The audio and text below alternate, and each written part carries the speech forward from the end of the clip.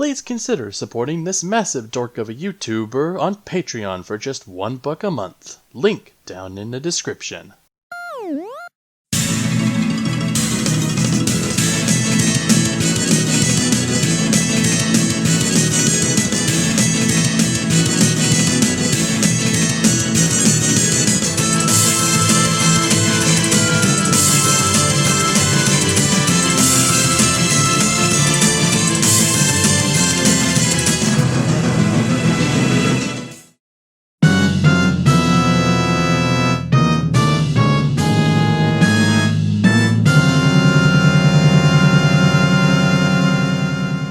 Greetings, my fellow gamers. I welcome thee to another countdown.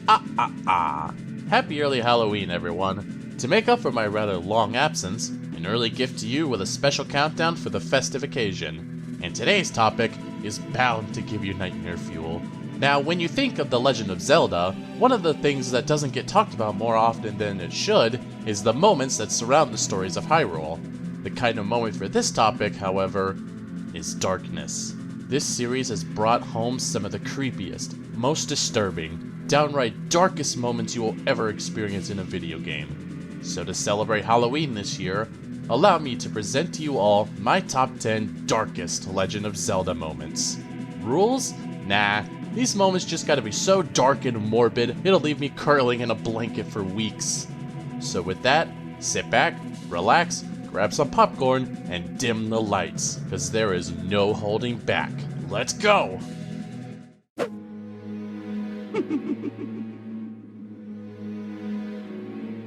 You know, for as creepy and dark people say Twilight Princess is, there was really only 2 moments that stood out at being dark. But we first gotta talk about Midna. At first, I really didn't like Midna. She was always a little pressed about everything, treats you like her own personal servant, and not caring about what happens to the light world. But as the story progresses, she starts developing as a character, and the more I began to care for her. Then Zant has to come along and expose her to light magic and fatally wounds her. Way to be a buzzkill, you sadistic prick! Now Midna is in grave danger, and you must hurry back to Hyrule Castle to find Princess Zelda to save Midna's life. And the music.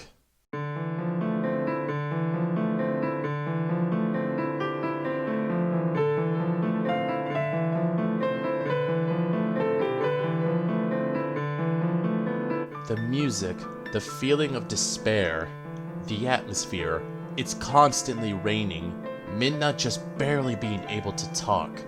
This whole segment really gave me a feeling of hopelessness and desperation. I gotta hurry back, but what if Zelda can't help? Everything I've worked towards to this point would be for nothing. This was the point of the game where Midna finally got my respect. Once you finally encounter Zelda, she tells you that she does have the power to save Midna, but at a cost. Zelda has to give up her own life energy to Midna, meaning if she revives Midna, then Zelda will die. Midna even tells Link to stop Zelda from sacrificing herself, showing that she really has gained some compassion, and unlike Ruto from Ocarina of Time, Midna learns her lesson. That's such a dark thought. This was a very dark and powerful moment, but it's only number 10 because Zelda gets resurrected at the end of the game. But think about it. What if she didn't? What would happen to Hyrule? Oh god, I'm such a terrible human being.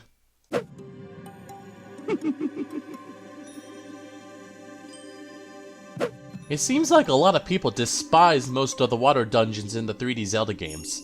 More times than not, they alter the game in a negative way and are usually the most tedious dungeon in their respective game. But what happens when the water theme for a dungeon is done correctly? Well, we get the ancient cistern from Skyward Sword.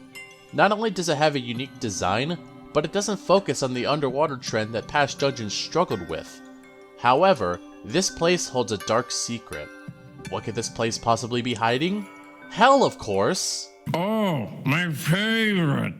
Seriously, I did not expect this on my first playthrough. Not only is this a massive contrast from the rest of the dungeon, this bottom floor is literally an underworld, a cursed abyss. Only the dead roam here. Not only that, but the color tone here is deceptively creepy. You got dark ruins hidden in an ominous mist and a lake of purple liquid that will gradually kill you. But what really seals the deal is that this place is based on the 1918 Buddhist short story by Ryunosuke Akutagawa called The Spider's Thread. In this story, Buddha is meandering around paradise one morning when he stops at a lotus-filled pond. Down there, he sees a thief, Kandada, suffering in the depths of hell for his crimes. Buddha gives Kandada a chance to escape to paradise with a spider's thread. Seeing how far he's come, Kandada is overcome with joy and laughs giddily, realizing he might actually escape hell, but it's short-lived. As he climbs up, the other sinners begin to climb as well. Fearing the thread will break from the sheer amount of weight put onto it, Kandada shouts that the thread is his and his alone. It is at this point that the thread breaks, as Kandada and all the other sinners are cast back down to the pool of blood.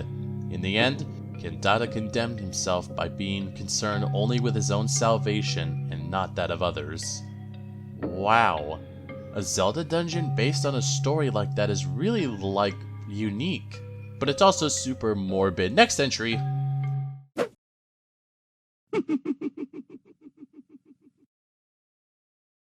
Whoa, back to Skyward Sword already? Well, okay, sure. So a common reoccurrence in the 3D Zelda games is having different segments to the game, like going through a certain number of dungeons for a certain objective, then to have that objective change to something different, revealing the next segment of the game. This can be seen in instances like the transition from Young Link to Adult Link in Ocarina of Time, and restoring the Master Sword in Wind Waker. And Skyward Sword is no exception to this rule. After getting Zelda away from Girahim, Link is now tasked with enhancing his sword by passing trials set by the goddess. Enter the Silent Realm. You need to collect 15 tears of a specific goddess to let your spirit grow. Yeah, seems fine and dandy, until you run out of petals. These beings are known as the Guardians, and guys, there's a reason Link's pants are brown in this game. I'd be shitting my pants too.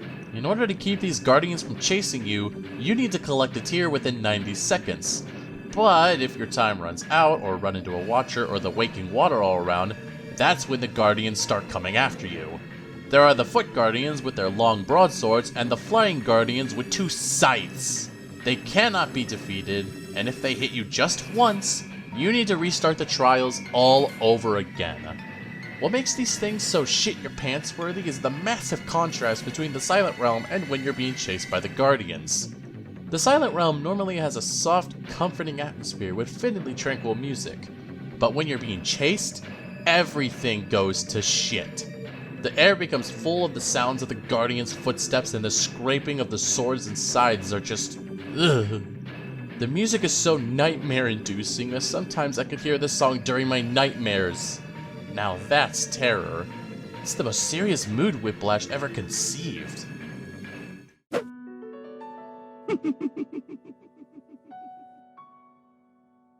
You know that feeling when you feel betrayed by the one thing you put your faith in? The one thing you trusted above all else? It's a horrible feeling, let me tell you. So what if you take that exact feeling and apply it to the destruction of the Hyrule Kingdom? Well, not only that, they straight up murder the feeling!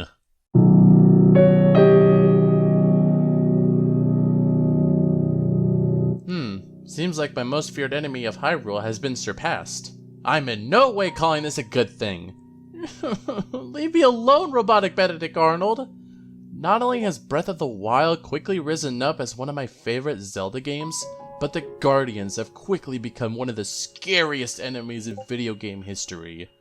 Remember the Silent Realm Guardians? Yeah? Well, meet their completely deranged and destructive cousins! Created by the Sheikah tribe to do war as Hyrule's defense over Calamity Ganon, these technological terrors were the ultimate betrayal that Hyrule will never forget. When you first start your journey, after you encounter the silent wilderness alongside desolate, destroyed landmarks, only one question is in your head. What the hell happened here? Certainly a fleet full of giant 6-legged laser-blasting robotic Octoroks wouldn't hurt. Yeah, as if I needed to relate to one of the biggest fears of modern humanity already. Hyrule's greatest defenders turned into their ultimate demise through Calamity Ganon's dark power. That's so messed up. Not to mention their unholy fiends during gameplay, and the piano keys. Oh, my sweet merciful Palutena, the piano keys. No, get away, get away, get away, get away. I was only strolling around scrouching for some food. I'll give you my master sword. I can't escape this horror.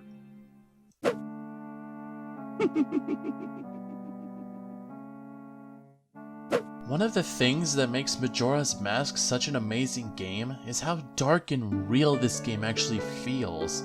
The very foundation of this game, involving the moon being possessed and crashing into the earth in 3 days, which will literally wipe Termina a new one, is terrifying. This constant theme of death is spread out throughout the entire game, but it really hits home at the final quadrant of Termina, presenting Ikana Canyon.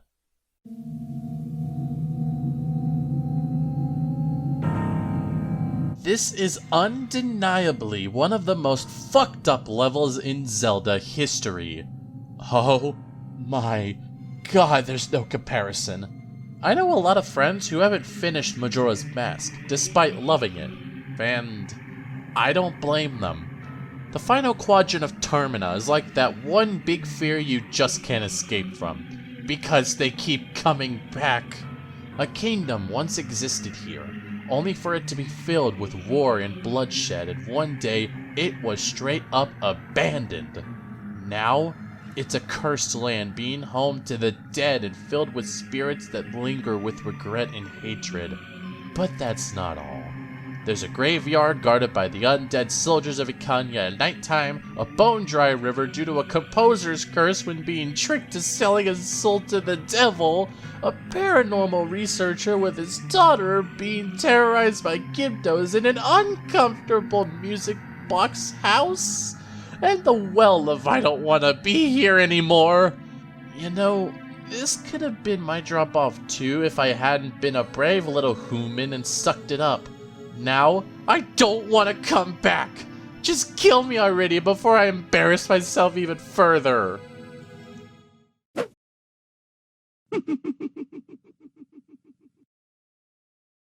Originally, I was going to have 3 different moments from Ocarina of Time on this list.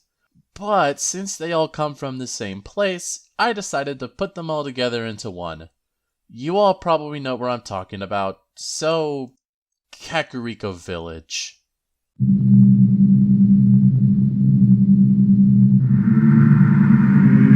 Oh no, not this place. Kakariko Village is arguably the most infamous area in Ocarina of Time, mainly as it holds the ultimate trio of nope! The Skulltula House, the Shadow Temple, and the bottom of the well. First up, the house. Lying in the southeastern part of the village is this house that used to have a rich family living there, but they were cursed due to their greed. When Link enters, the house is completely bare, covered with cobwebs, ruined furniture, oh yeah, and portraits of spiders everywhere.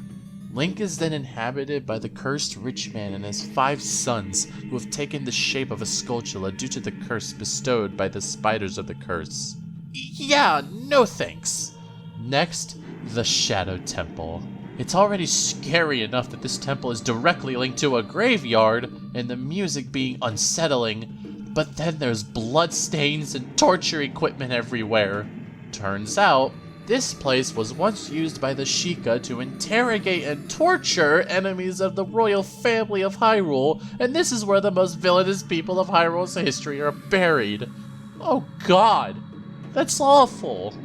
Oh yeah, and there's not only several rooms that are made of dead bodies, but there's re-deads and floor masters everywhere. Yay! And finally, the bottom of the well.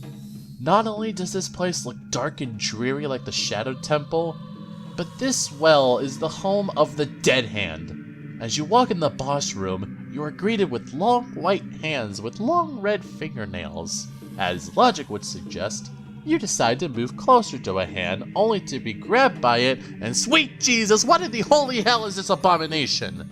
This thing looks so grotesque, stained in blood, and always attempts to bite your head off.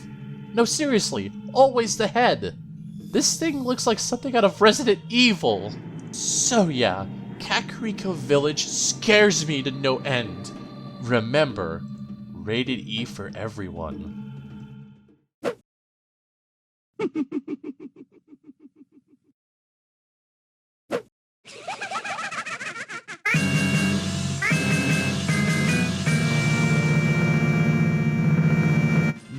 No, I take it back! I didn't want to talk with you! Widely regarded as one of the scariest entities of the Zelda universe, Majora gives me another reason to go to church. This demon is pure evil. It is literally an emotionless husk of a demon with indescribable dark powers that certainly knows how to rain hell when it wants to. Simply known as Majora by the Ancient Ones and used in their dark rituals, this heartless being is one of the most depraved antagonists in all of gaming. The Ancient Ones had to seal Majora in shadow because its troubles were far too great to the point of catastrophe. Only when being picked up by the Happy Mask salesman and being stolen by the Skull Kid, now under the influence of Majora, is where things come into full swing. This poor little Skull Kid is merely a puppet for this sadistic, emotionless demon. There's no way a mask could be doing all this horrible shit, right? Left. There's really not that much to the being of Majora, but that's what makes it really scary. It's inhuman. It's just a mask. It can't feel emotions. It can't feel the enjoyment of corrupting others' minds, causing Skull Kid to use the mask's powers to make the lives of Termina miserable, and even when it wants to destroy without any real cause, it just does it. Majora may be initially creepy with just the mask. Seriously, those eyes put any other villain's eyes to shame. But just wait till you see its other forms. Majora's second form grows arms, legs, and an eye, and it starts to dance? I'm not really sure what's going on here. Finally, the third form. Majora will grow tentacles from its hands, gain a muscle boost, and its eye grows a grotesque head, complete with a blood-curdling, nightmare-inducing scream. Yep, alright, yeah, I think we're done here. Next entry, please.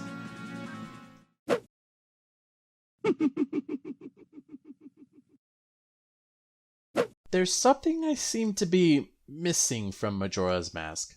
We talked about Majora, but... Oh god, what the hell are you?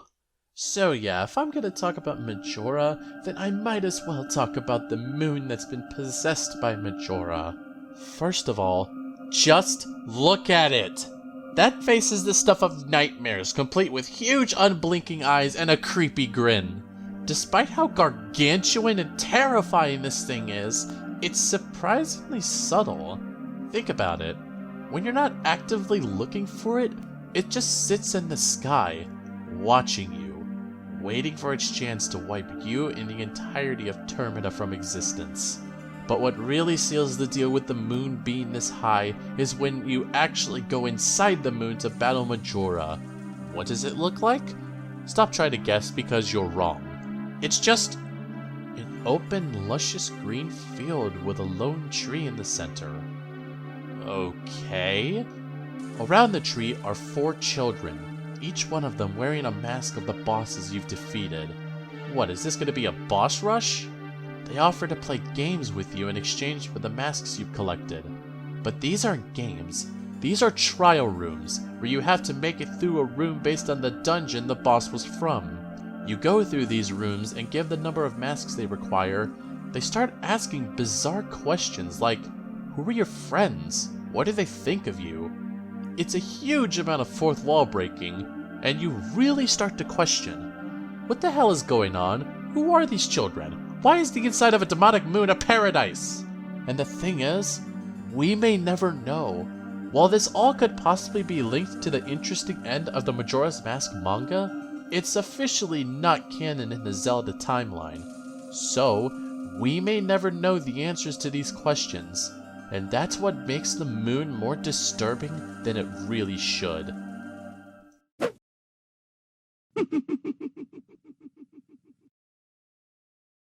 I'm sure a lot of you saw this moment coming.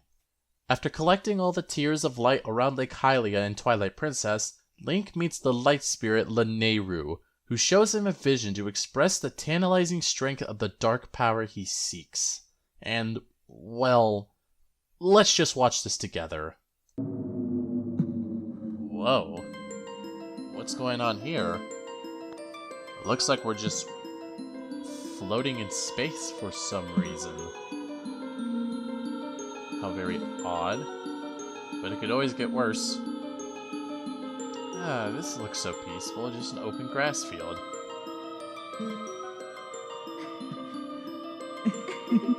How peaceful could this possibly be? Oh yes, the Triforce, of course. Can't have a story like this without mentioning the Triforce. Things couldn't possibly get any worse. Whoa, what's with that knife? Yeah, those eyes. Wait, what happened? Oh, well, I guess you never bring a knife to a sword fight. Wait, now why are my eyes pupilless? And why did I suddenly just change clothes into my tunic? Are those dark links up there? Yes, they are. Oh god. This is gonna end well. Oh look, and it's the fused shadow. How nice is that? Wait, what are they doing? What's going on? Wait, so I suddenly just blow up? Wait, now I'm just chilling with the dark links with my still very creepy pupilless eyes that make me want to cuddle?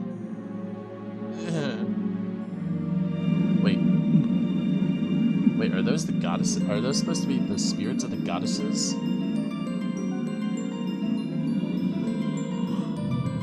Well, no wonder y'all look so confused. Your asses are about to be purged. No, but seriously, what's going on here? Oh, sweet monkey sack, those eyes with that scream of agony! Oh man. I did not need that picture injected into my brain.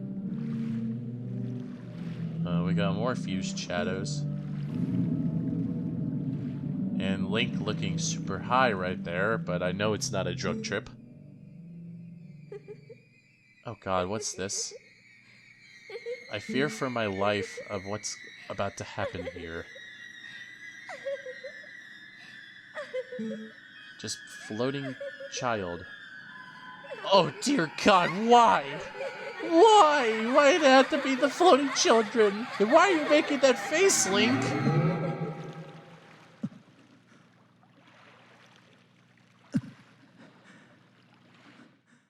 What the fuck did I just watch?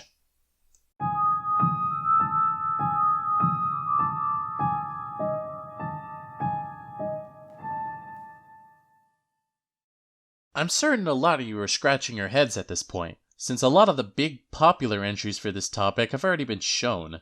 So what could possibly be my personal darkest Zelda moment? Well, how about a moment so dark and horrifying that it relates to one of my own biggest fears? That takes darkness to a whole new level.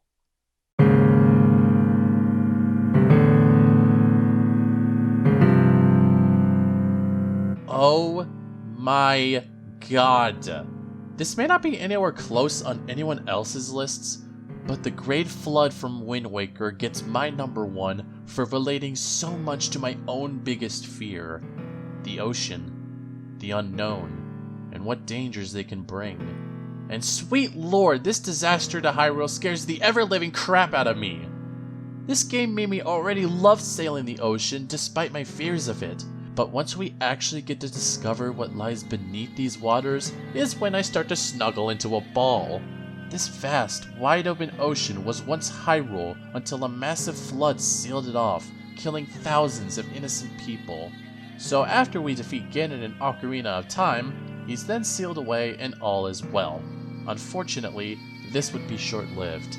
Many years later, Ganon returns to unleash his reign of terror on Hyrule once again.